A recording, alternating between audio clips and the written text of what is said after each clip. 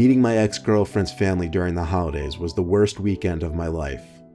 They lived in a different state than my ex Kaylee and I. We were on Long Island in New York. They were all the way up in Vermont. Our relationship was still kind of new, but she seemed to think it was serious enough for her parents to invite the two of us up there for Christmas.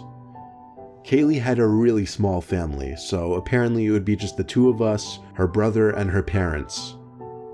Pulling up to the house was a pleasant surprise. The house was beautiful, and it stood on a huge, well-kept property secluded from any other houses. As Kaylee and I got out of my truck, her parents came out to the porch to greet us. First impressions, they seemed friendly and weird, an unexplainable type of friendly. The father didn't smile, but he shook my hand, patted me on the back, and said it was great to meet me. The mother hugged me, showing a lot more emotion, but something about her face was a bit off-putting. She had a really wide smile that seemed a bit exaggerated. The house was as beautiful inside as it was outside. It had a wooden lodge-type atmosphere to it. A little while later, I met Katie's brother Paul, who got home from work. He was a really socially awkward dude. He had a bowl cut and had a whole tattoo sleeve running up his arm. We had dinner, which was awkward at certain moments, but other than that, it was kind of normal. After dinner, we watched a Christmas movie in the living room. I tried not to make eye contact, but I could tell Paul kept looking at me for extended periods of time, on a few different occasions. At one point, I finally looked back at him, and we locked eyes for like 3 seconds before he turned back to the TV. He was giving me the most judgmental stare I'd ever seen, and it made me only more uncomfortable. At the end of the night, Kaylee and I were in the guest room, which had an attached bathroom. Kaylee was in the bathroom. She left her phone on the nightstand. I saw she got a text from her mom, and for some reason, feeling a bit snoopy, I got up to read it. It was not at all what I was expecting, and it changed the whole night completely.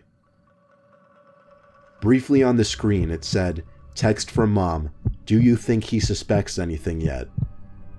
But the message quickly switched to new message, I'm guessing because she had iMessage notifications set to hide once the phone locks. I wanted to read what was said before that, but her phone had a password, unfortunately. I could actually feel my heart pumping now. Kaylee came back into the room. I kind of gave her the cold shoulder because my mind was racing. She seemed to notice. She was texting on her phone for a bit before turning out the lamp and going to sleep. I couldn't sleep though. I was rolling around for hours wondering what that text meant, and if it was about me. And what the hell was up with her brother? It was exactly 2 in the morning when I heard Kaylee get out of bed, but she was doing so very quietly. Normally I'd find this to be a kind gesture, but under the circumstances, I was finding this suspicious now. I didn't move. I pretended to still be asleep. I heard her come to my side of the bed and stand there for a few moments, then leaving the room and walking downstairs. Then I heard someone else walking downstairs, and then another person. Something was going on. I went over to the top of the stairs to listen to what was going on downstairs. There was a bunch of talking, but in very low voices. I walked down a few stairs quietly. The talking was coming from the dining room by the stairs. It sounded like they were planning something. I heard Kaylee say something like, "When I go back up, you stand by the door." Then I heard her brother say something, but what was going on was really starting to hit me in the face, or at least what I think was going on. I went back to the room to grab my stuff and leave. As I was grabbing the keys, I noticed something in the corner of the room. I turned the lamp on, which exposed Kaylee's dad sitting in a chair in the corner of the room, blank expression on his face behind his glasses, staring at me. I screamed at least 4 times, "You're all crazy," as I ran to my car. I put the car in drive practically before the car was even fully on and floored it out of that long driveway back to the road. I didn't stop once except for gas, And at that gas stop, I checked my phone and saw Kaylee texted me saying, "What the fuck happened?" I didn't respond. Not until later that night when I got home. I said, "I don't know what you and your sick family were planning on doing to me. I don't want to know. Don't ever contact me or come near me again, and I won't report this."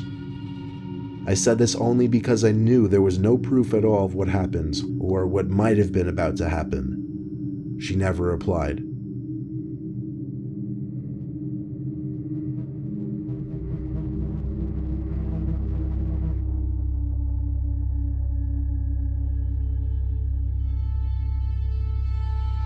It was Christmas Eve night, 1 in the morning. I was in our den watching TV because I always like to stay up extra late on Christmas Eve.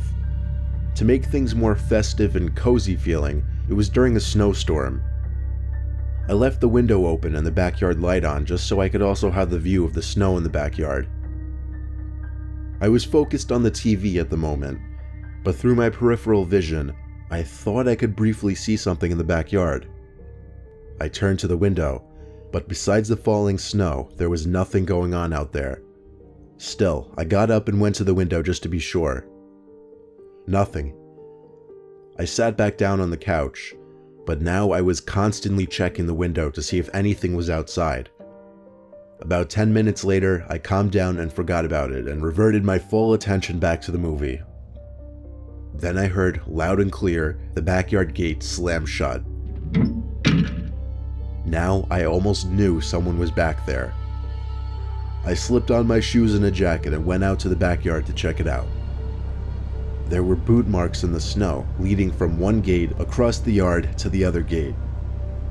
I was not feeling brave enough to follow them, so I went back inside. As I was taking off my boots and jacket, I saw a track of wet, muddy snow on the den carpet, leading from the office to the hallway that led to the living room. That was also the way to my parents' room. First, I had to go to the office to see how they broke in, so I followed the boot marks to the office without turning on any lights to make my presence known. I was expecting to see one of the windows busted open, but everything was intact. Then I realized the boot marks didn't start in this room. They ended in this room.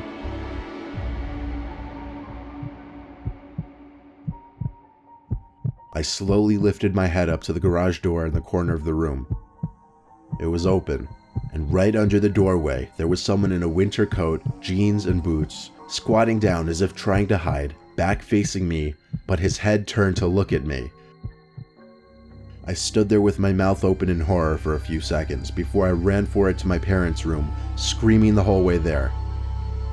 I got my dad to come out as quickly as possible, and on our way to the garage together, we heard the actual garage door opening. By the time we got there, the intruder was gone. Realistically, we could have followed his boot marks, but who knows how far he'd gotten by that point. We found out he broke in through an unlocked living room window. Just goes to show, if somebody has intentions of breaking into your house, they'll find a way, which is why you should always lock all your doors and windows.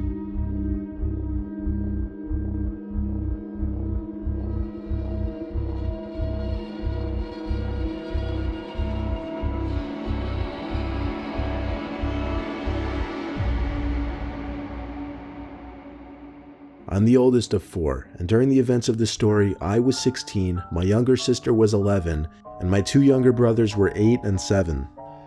My parents and their group of friends were part of a club that was basically for rich, snobby people. The club always hosted a Christmas party one night in December each year at a big fancy firehouse.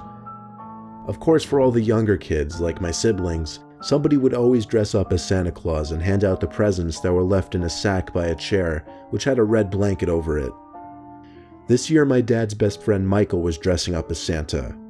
He was sitting at the same table as us, so when the time came for him to leave and get changed into the Santa suit, I saw him get up and walk out the door. There were like 20 young kids there, they never noticed. Everyone was having a good time, chatting and whatnot, kids playing on the floor in the center of the room, when the door to the firehouse opened and bells were heard jingling. All the kids jumped up yelling Santa, and in came Michael in a surprisingly unimpressive Santa costume. It honestly looked like the cheapest thing he could find at Party City. A serious downgrade from last year. The hat and the beard were alright, but the costume just seemed cheap. Not the usual costume the club supplied. He chuckled and did his best Santa impression. I had to say, he was doing a really good job of changing his voice though. I saw a few of my parents' friends whispering to each other. Michael grabbed the bag of gifts and said in his best Santa voice he'd be right back with the presents. He sounded so different though. He walked out the door with the bag of gifts. That's when my dad and a couple other guys ran after him yelling, "Hey." I still didn't know what was going on.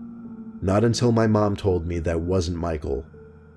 I wanted to feel important, I guess, so I ran outside to the parking lot as well, where I found my dad and two other guys standing there, looking around dumbfounded.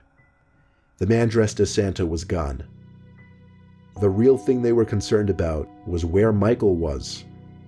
Michael's car was also missing. I asked them if they were sure that wasn't Michael. They were all positive though. We tried calling Michael, but his phone was off. We tried his house phone after a while too, which went to voicemail. We had to send a search party, but we couldn't find him anywhere though. Eventually my dad and I returned to the firehouse to pick up my mom and siblings. Just about everyone went home by then. I waited outside. I heard a scream for help in the distance. It came from the woods, deep in the woods. I ran to the tree line to scream back Michael's name.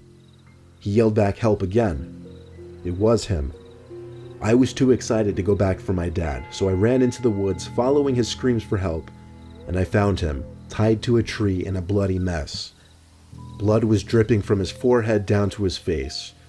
He looked like he'd been beaten by a blunt object. I cut the little rope with my key, and he struggled to his feet. I walked him back to the parking lot, and he screamed when he saw his car was gone.